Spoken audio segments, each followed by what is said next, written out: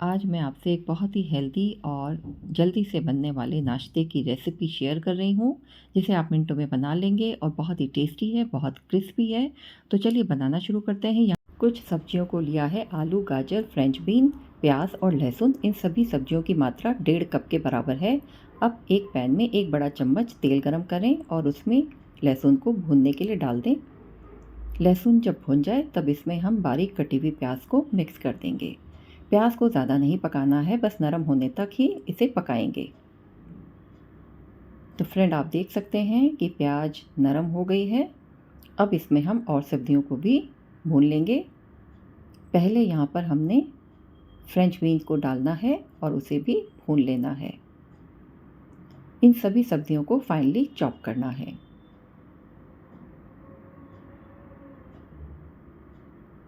और इसके बाद हम गाजर को इसमें मिक्स कर देंगे। ये एक बहुत ही हेल्दी स्नैक्स है। आप यहाँ पर तेल की जगह बटर का भी इस्तेमाल कर सकते हैं। सभी सब्जियों को भून लेना है।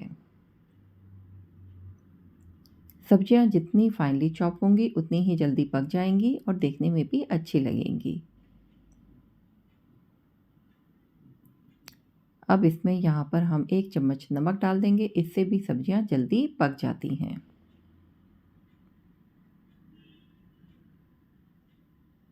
बाकी मसाले हम बाद में डालेंगे।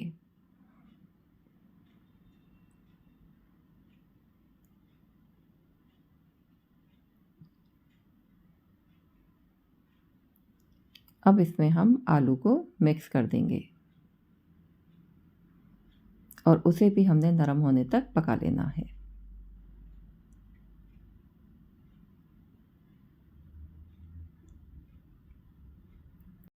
सब्जियां नरम हो जाएं तब यहाँ पर हम थोड़ा सा इसमें मसाले ऐड करेंगे। 1/4 टीस्पून ब्लैक पेपर को इसमें मिक्स किया है। इसे अच्छे से चला लें।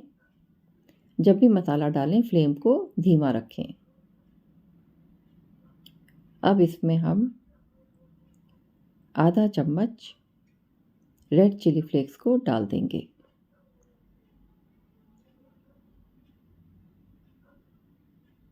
और इसके साथ इतनी ही मात्रा में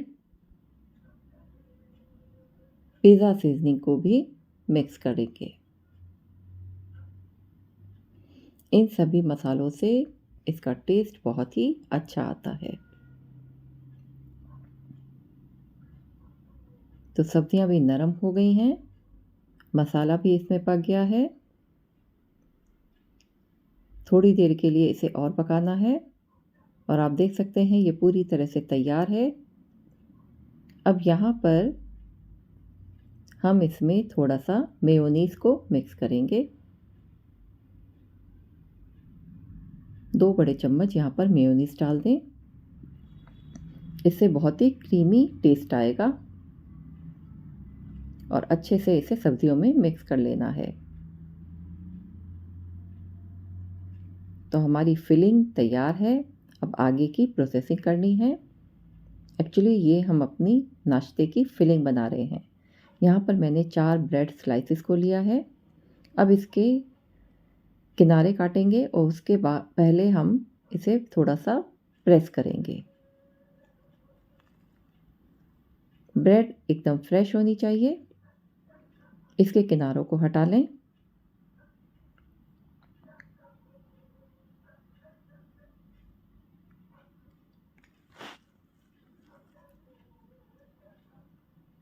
आप देख सकते हैं काफ़ी पतली हो गई है। इसे हमने काफ़ी अच्छा पतला बेल लिया है।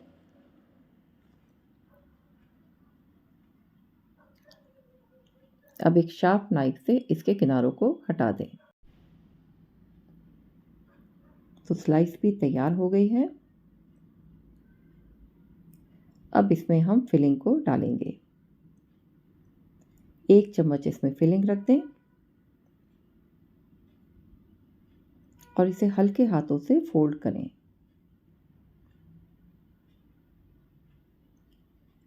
और किनारों पर पानी लगा दें ताकि ये आराम से चिपक जाए।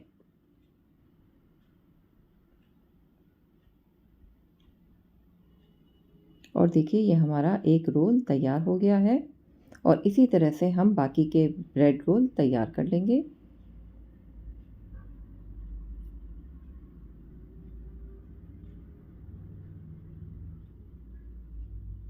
इसे पहले बहुत पतला बेल लेना है, फिर इसके किनारों को हटाना है